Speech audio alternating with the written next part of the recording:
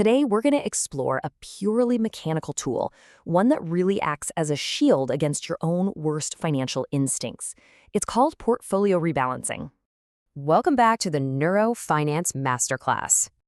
So yesterday, we dove right into the emotional chaos of the market, right?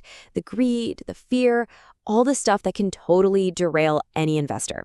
Well, today, we're handing you a mechanical tool that's specifically designed to master that storm. To get started, let's use a powerful metaphor, the drifting ship.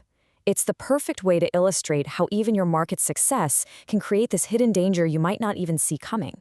So imagine you've set your course perfectly.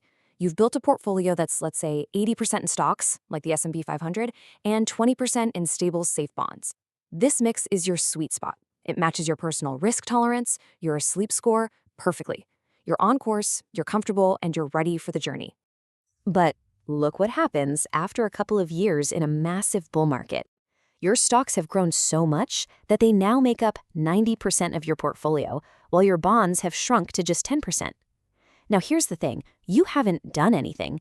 Your ship has just drifted, and now you are unintentionally taking on way more risk than you ever planned for. So how do we correct this, right? How do we grab the wheel and steer that ship back to the safety of our intended port? Well, the answer is a simple mechanical process. This technique is called rebalancing, and it's really just the simple process of taking deliberate action to bring your portfolio back to its original target percentages. In our example, just getting back to that comfortable 80-20 split. The process itself involves just 2 steps. It's so straightforward.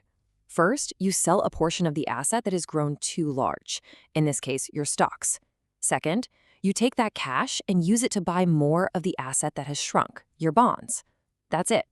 It is a purely mathematical adjustment with zero emotion required.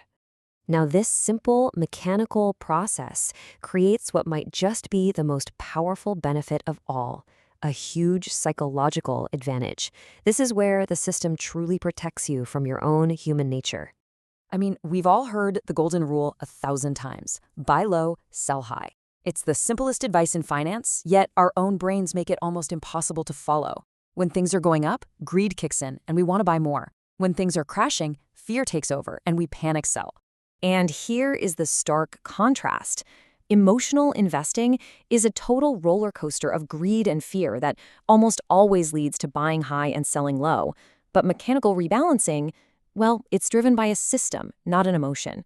By forcing you to trim your winners and add to your losers, it mechanically makes you do the exact opposite.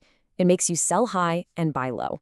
Ultimately, rebalancing removes your ego, your gut feelings, and your predictions from the whole investment process. It's not about being smarter than the market. It's about having a system that is smarter than your emotional impulses. And this brings us to the real purpose of rebalancing. And it's probably not what you might think. It's what we call the neuro fitness shield. Let's be crystal clear about this. The goal of rebalancing is not to squeeze every last drop of profit out of the market.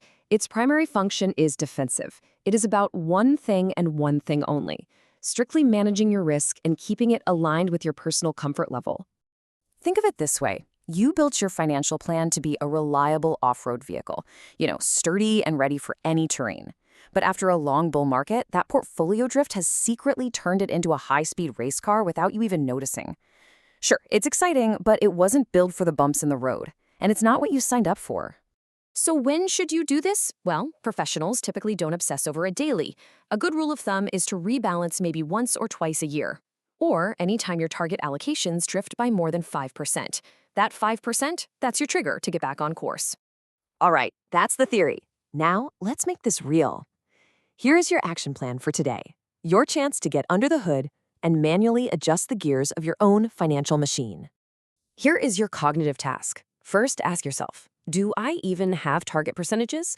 An 80-20 split, a 60-40, whatever it is. If you don't, decide on one today based on your true risk tolerance. Third, log into your accounts and check if your current holdings actually match that target.